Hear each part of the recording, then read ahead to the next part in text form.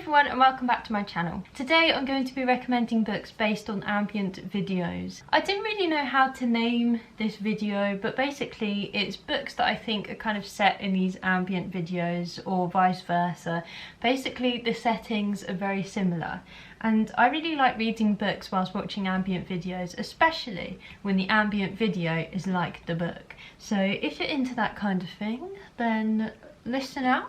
If you're not into that kind of thing, you might want to listen anyway, or you might just want to heck off and get on with your life. I don't know. Anyway, I've got some books here. Well, you'd hope so for this video. So the first video is called Virtual Drive-Through Snow Blizzard. This is kind of a strange one, I suppose. It's not really one of the big famous videos, I suppose, but I still think it's very atmospheric and kind of good for this time of year. It's December at the moment. We want to get in a Christmassy mood, which is why I'm recommending the least Christmassy book ever. I'm thinking Vending Things by Ian Reid. I can tell you the plot of this book if I wanted to, but you know those books where the plot isn't the main thing? This is what this book is. So if you look at what the plot is, it's about this girl who's going out with this boy. Standard, you know, she's thinking of ending things with him. The plot is they drive through a snowy landscape for about half of this book. That sounds incredibly boring, which is why you shouldn't just buy it or read it because of the plot. The main interesting thing about this book, you need to read it to the end. And then you'll be like, what the hell just happened? If you want to read a book where you're like, I do not understand, something a bit like Cursed Bunny, where you're just questioning how someone can come up with this stuff, then this is the book for you. And also at the end of every chapter, or is it at the beginning? I can't remember. We get this little letter that feels like it's from like the police or something. We don't really understand what it is until the very end.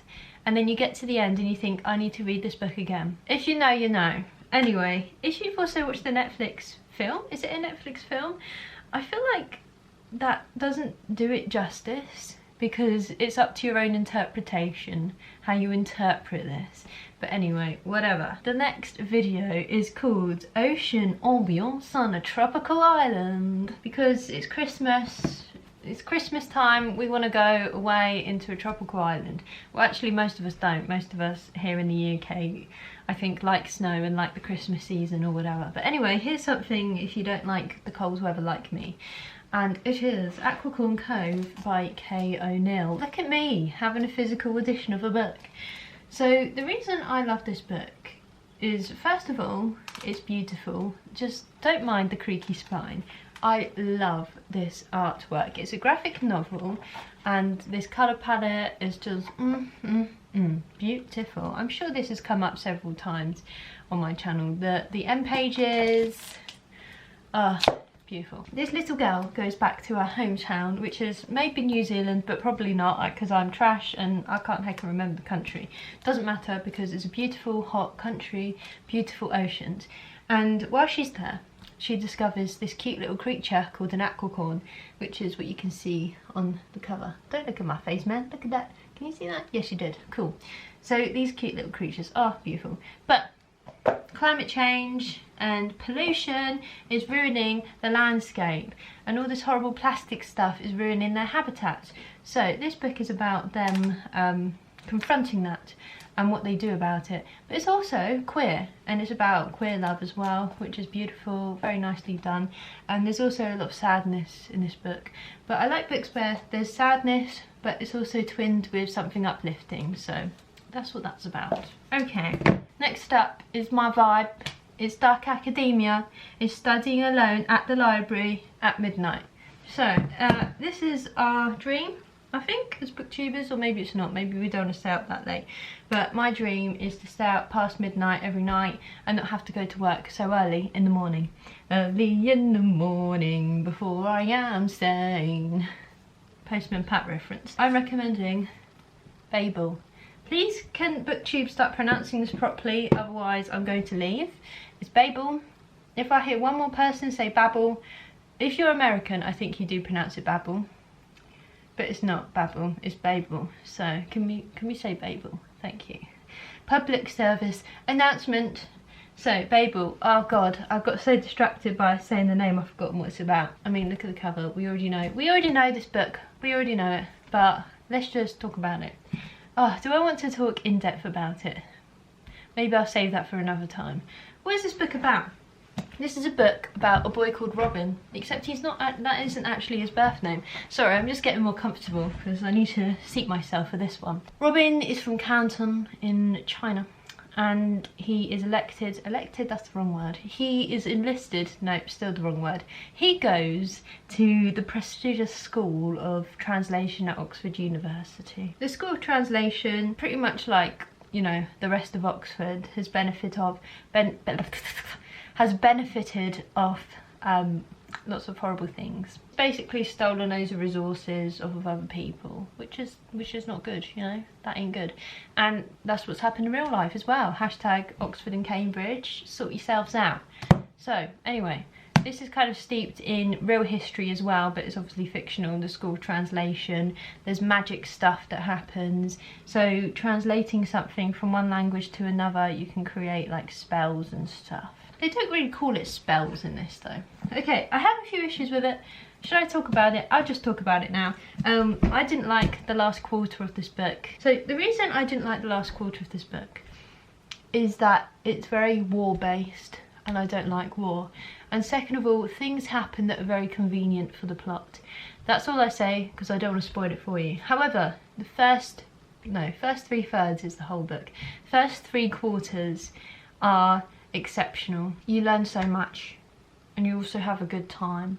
I say a good time, it's pretty sad a book actually, but it's good. It's good. It's a good dark academia book, but I mean, just get to the heckin' 3rd quarter and just give up, in my opinion, because I didn't like the rest of it. Anyway, where do I recommend a book I don't like? Because, you know, you might like it, but war ain't my thing. Soz. The next video is called, I don't know because I haven't loaded it. The next video is Princess Bedroom on Rainy Morning in Rococo Castle. Oh dear, I've set myself up for failure here. Damn, this is historically inaccurate. So I'm recommending a book that is not in the Rococo era or fashion or whatever. I'm recommending a book set in 19th century England, and that is Reputation by Lex Croucher. So, already beautiful cover. I mean, you could just read this just for the cover, couldn't you really? When I'm trying to sell this book to people, I think of it as Pride and Prejudice, but better, less boring and fun. Because you've got all that elegance and riches of Pride and Prejudice without all the manky boring stuff. Oh my god, Pride and Prejudice is so boring, but Reputation, you have a good time. So the main character, Georgiana, she's moved from the seaside to this posh city place, and you know, there's rules and standards in this kind of society. But then she meets this heckin' crazy girl called Frances. She just doesn't heckin' care. She's like drinking, getting drunk, and then they go and do loads of illegal substances together. I mean, it's heckin' wild, man. It's wild. I mean, just look at the front cover. That's what happens in the book. It's 19th century England, and they're ladies, and they're getting drunk. Excuse me. So the back kind of explains it all. Regency just got a little bit more rebellious. Yeah, that's what it's about. But it also tackles some really interesting subjects. So Frances, I kind of despise. I don't like her. Towards the end, you'll know what I mean. She's not a very likeable person, but she's been through some really traumatic things.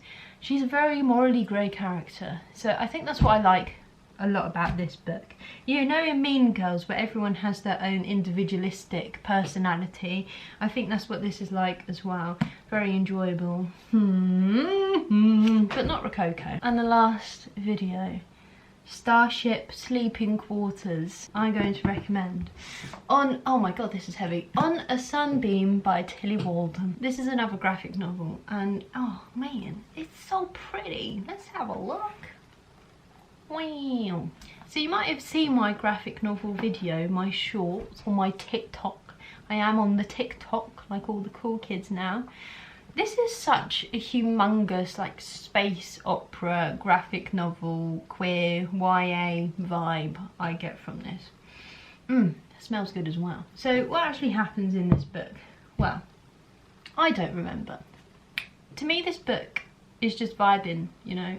I don't really remember that much, but I remember feeling sad, and I remember there being a beautiful, loving relationship and friendship in there. They also go around, oh yeah, they go around in these fishy things. Something I really enjoy about this graphic novel, so it's set in space, and they have, can you see these little fishy things? That's their spaceships. That's really cool. Like koi fish, spaceships, very nice. And there's a lovely relationship between the two main characters as well, who are both ladies. They're basically like engineers, I suppose, in this book, and they go around restoring places. Restoring places of like significance in this world. It feels actually quite like a post-dystopian world in my brain. I don't know if any of you have gotten that vibe. Oh my god, if I say vibe one more time, why is this my word now? Let me know, because that's how I kind of feel with this. And I just love the artwork as well. It's just beautiful. Also, if you have any other recommendations, space graphic novels, let me know. This is extremely heavy. I don't know if there's a paperback version, but my wrists hurt now. Okay, peeps. That's the end of the video. I hope you liked it. If you liked it, let me know. I could do maybe a part 2. You can send me some ambient videos and I can recommend books to them if you want. Thank you for watching, and I'll see you in my next video. Goodbye!